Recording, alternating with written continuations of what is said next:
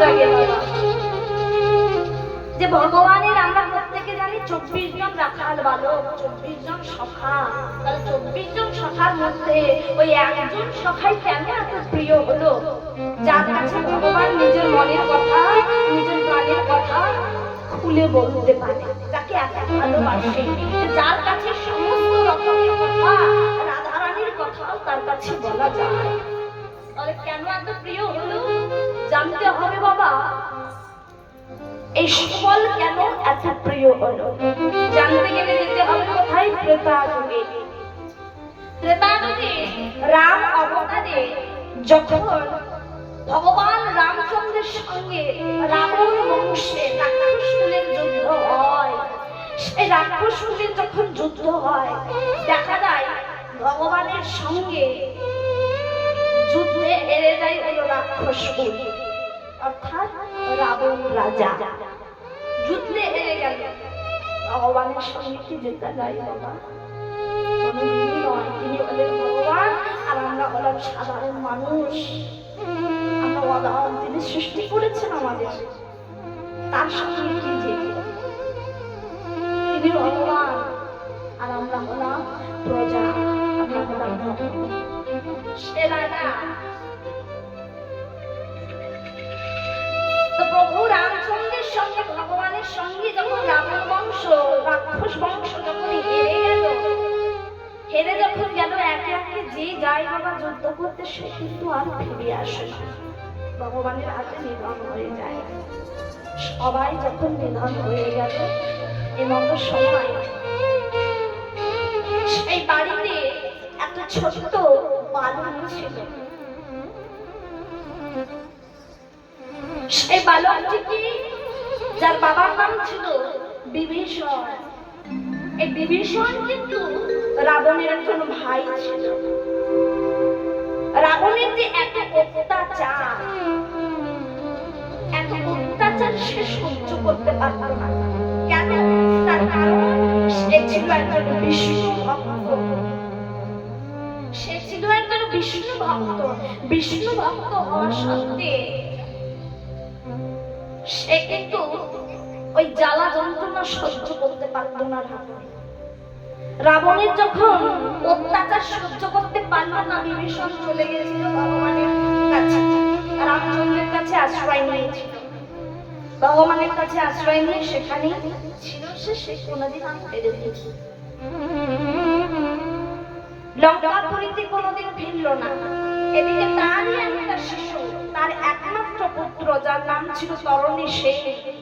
এই তরণী সেন সেও কিন্তু ছিল বাবার মতো বিষ্ণু ভক্ত। বাবার মতো বিষ্ণু ভক্ত ছিল। ছোট্ট একজন বালক, যুদ্ধ হচ্ছে, যুদ্ধে দাদারা সব হেরে গেছে ভগবানের কাছে। সে কতটুকু বোঝে বাবা?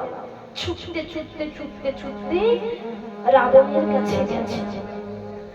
রাবণের কাছে গিয়ে রাবণকে বলছে, জেঠু,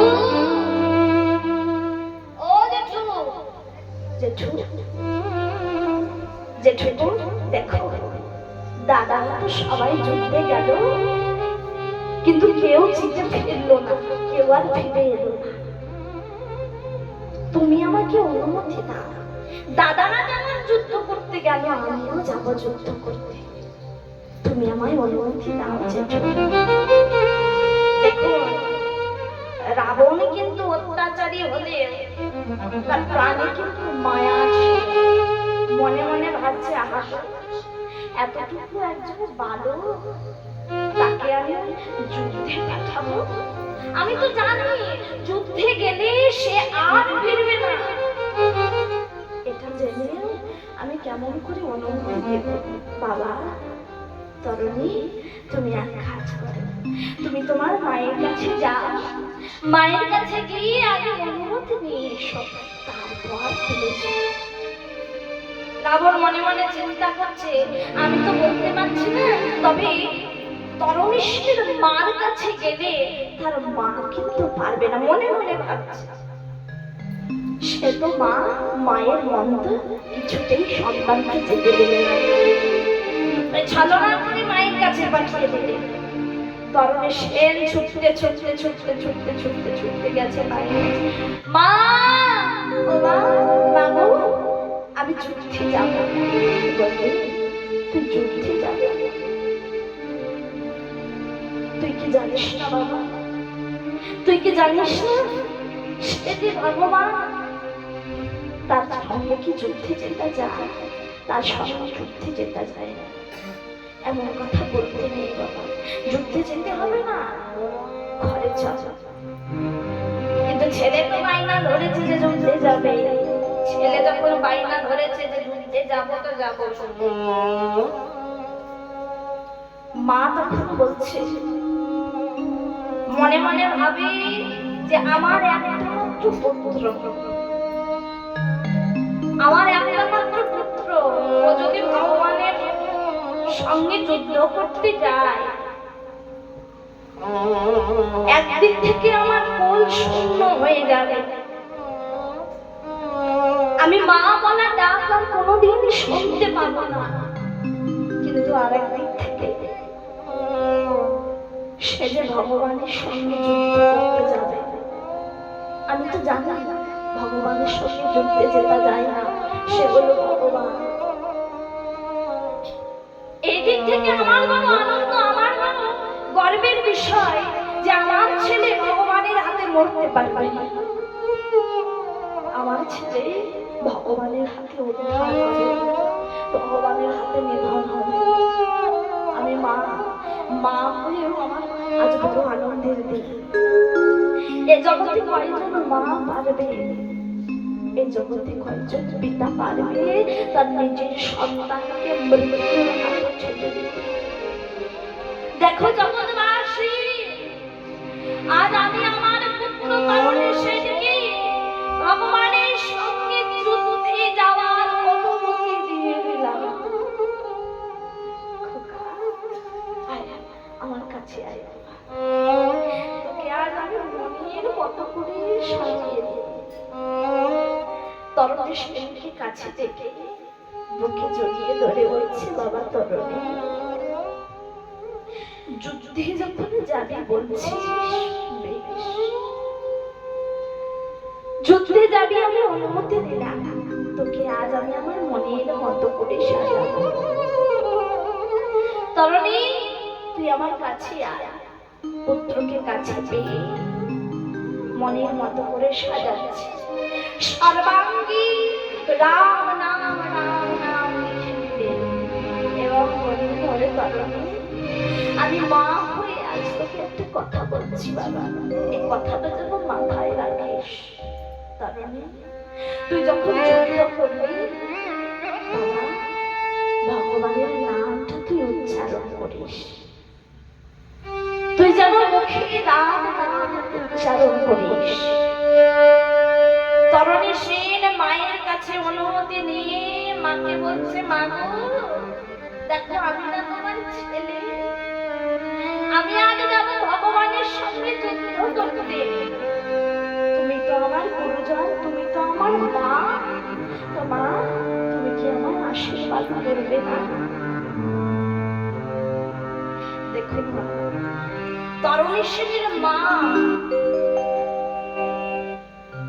কি বলে আশীর্বাদ করছে দেখো। পুত্রকে কাছে টেনে নিয়ে বলছে, খোকা, আমার আশীর্বাদ সব সময় তোর সঙ্গে আছে, তবু আজ আমি আশীর্বাদ করি তোকে, যুদ্ধে যাচ্ছিস না, তুই যুদ্ধে যা, কিন্তু আমি আশীর্বাদ করছি, আমি মা হয়ে তোকে করি আশিস, ওই যুদ্ধ ক্ষেত্র থেকে তুই যেন আর না ফিরে আসিস। নিতাই গৌর প্রেমানন্দে হরি বল।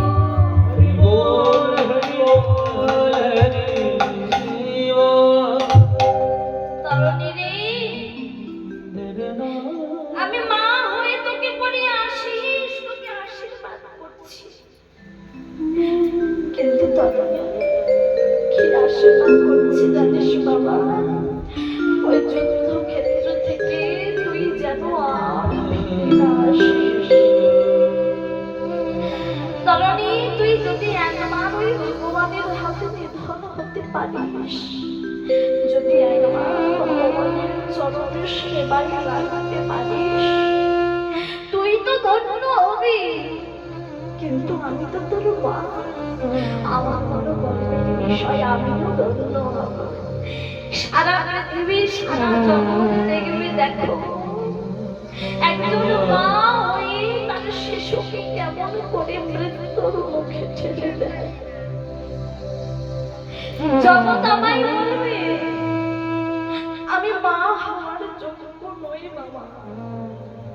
আমি তোর কাছে ক্ষমা চাইছি, আমি মা হওয়ার যোগ্য নই। আমি মা হয়েও তোকে মৃত্যুর মুখে ঠেলে দিচ্ছি। কিন্তু জগৎ আর একটা জিনিস জানাবে, যে মা হয়ে সন্তানকে মৃত্যুর মুখে ঠেলে দিলেও ভগবানের চরণ সেবায় লাগিয়েছে। যেদিন এই কথা আমি শুনতে পাবো, লোকে বলুক, হাজার বলুক আমি মা হওয়ার যোগ্য নই, যেদিন শুনবো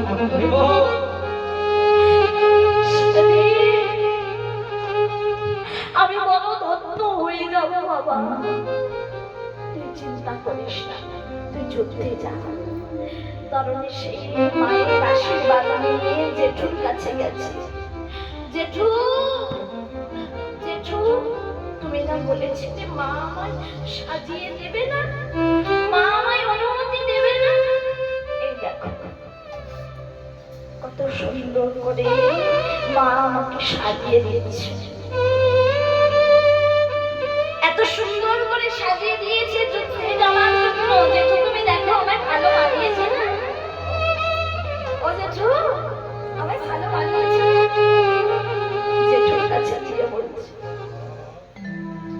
হোক বাবা দুরাচারী, সে হোক পাপাচারী,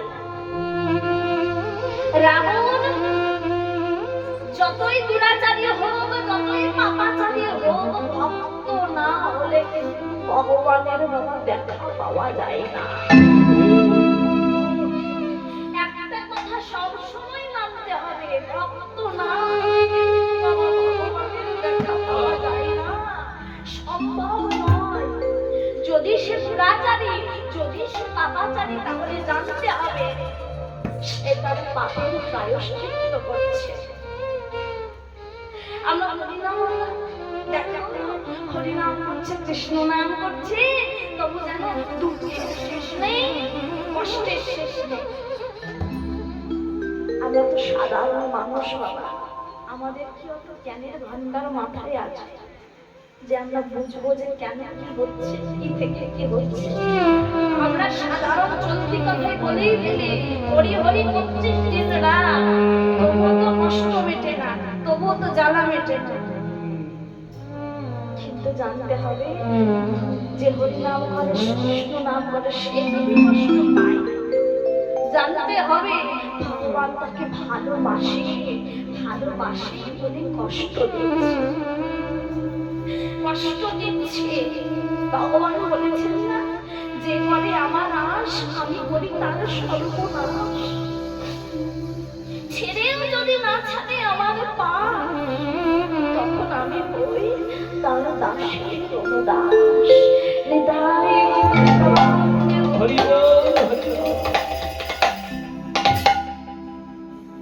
কোন ভক্ত যদি ভগবানকে ভালোবাসে, ভগবানকে পরীক্ষা করে যে সে কতটা সইতে পারে, কতটা দুঃখ দিলে, কতটা কষ্ট দিলে সে সইতে পারবে। কিন্তু তুমি একটা কথা চিন্তা করবে, আমি এত কষ্ট পেলাম, এত দুঃখ পেলাম, ভগবানকে বললাম হে ভগবান তুমি কি দেখতে পাও না এই দুঃখ কষ্ট আমি আর নিতে পারছি না, আমি আর সহ্য করতে পারছি না।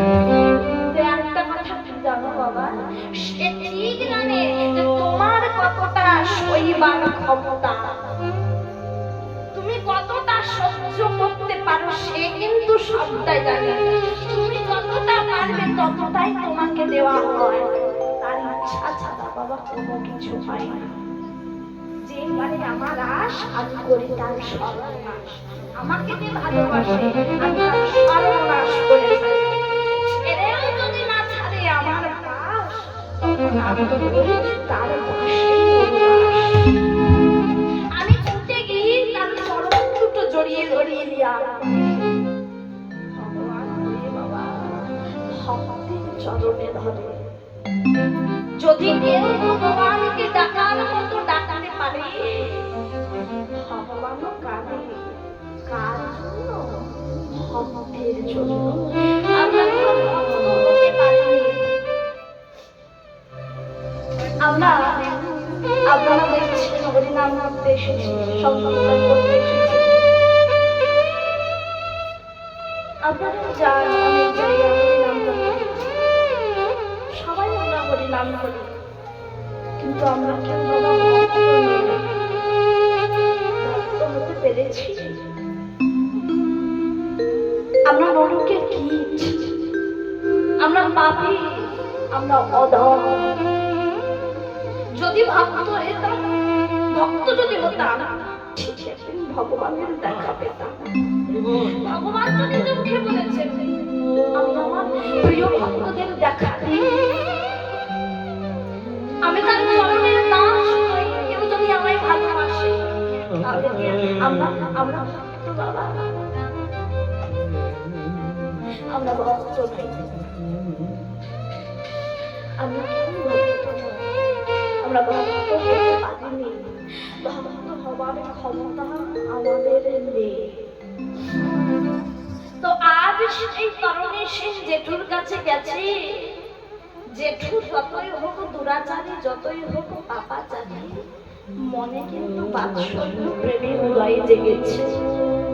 মনে মনে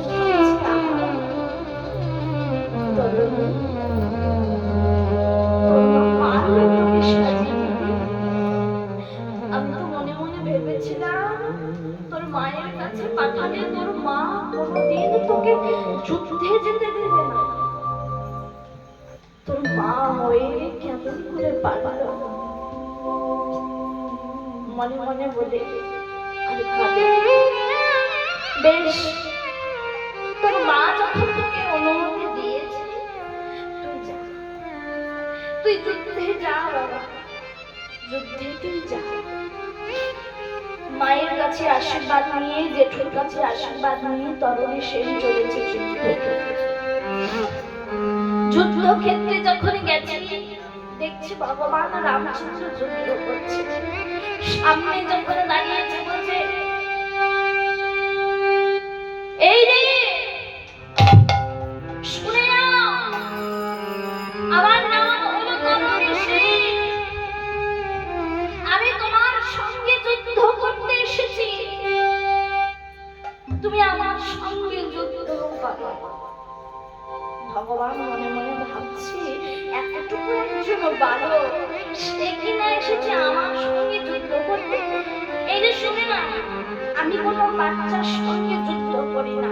বাৎসল্য প্রেমের উদয় হলো, মনটা পাল্টে গেল। না না না, এতটুকু একজন বাচ্চার সঙ্গে আমি যুদ্ধ করতে পারি না। সে তো বাচ্চা, না, এ আমি করতে পারি না।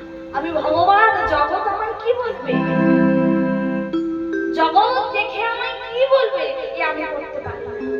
শোনো, আমি তোমার সঙ্গে যুদ্ধ করবো না, তুমি ফিরে যাও। এমন যখন বলে দিলে, সেই তরুণী সেন যুদ্ধ যাতে রামচন্দ্র করে, সেই জন্য তাকে গালাগালি দিতে লাগবে। পাশেই ছিল বিভীষণ, তরুণী সেনের পিতা। সেই তরুণী সেনের পিতাকে ভগবান জিজ্ঞাসা করছে, বিভীষণ, তুমিও তো একদিন ওই রাক্ষস বংশের ছিলে, রাক্ষস কুলের ছিলে, তুমি এসেছো এখন আমার কাছে। তরুণী সেন যে এসেছে আমার সঙ্গে যুদ্ধ করতে, ওই তরুণী সেন, ওই শিশু কে, কার পুত্র, তুমি কি বলতে পারো? বিভীষণ মনে মনে চিন্তা করছিল,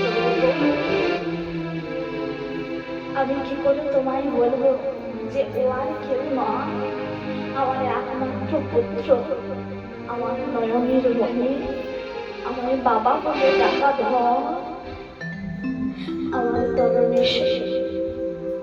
ভগবানকে বললেন না, মনে মনে ভাবছে আমি যদি ভগবানকে বলে দিই তবে কোনোদিন ওই রাক্ষস কুল থেকে উদ্ধার হতে পারবে না। বলে প্রভু ওই শিশুটি কে, কার পুত্র আমি কিচ্ছু জানি না। পাশ থেকে লক্ষণ বলে উঠলো, দাদা তুমি চিন্তা করো না, তুমি কি জানো না ওসব রাবণের মায়া, রাবণের মায়া দাদা, তুমি চিন্তা করো না, তুমি যুদ্ধ করো। যেই না যুদ্ধ রে বাবা, প্রভু রামচন্দ্র যুদ্ধ করতে যাবে, এমন সময় প্রভু রামচন্দ্র তার দুন পিঠে একটা থাকতো, একটা তীর আর পিঠে যেটা থাকতো যেটাতে তীর রাখা হতো সেটাকে বলা হতো তুল। সেই তুল থেকে একটা তীর যেই না পড়েছে বাবা, ওই তরুণী সেনের দিকে যেই না নিক্ষেপ করেছে, দেখা যায় সেই বান গেল বটে, গিয়ে আবার ফিরে চলে এলো।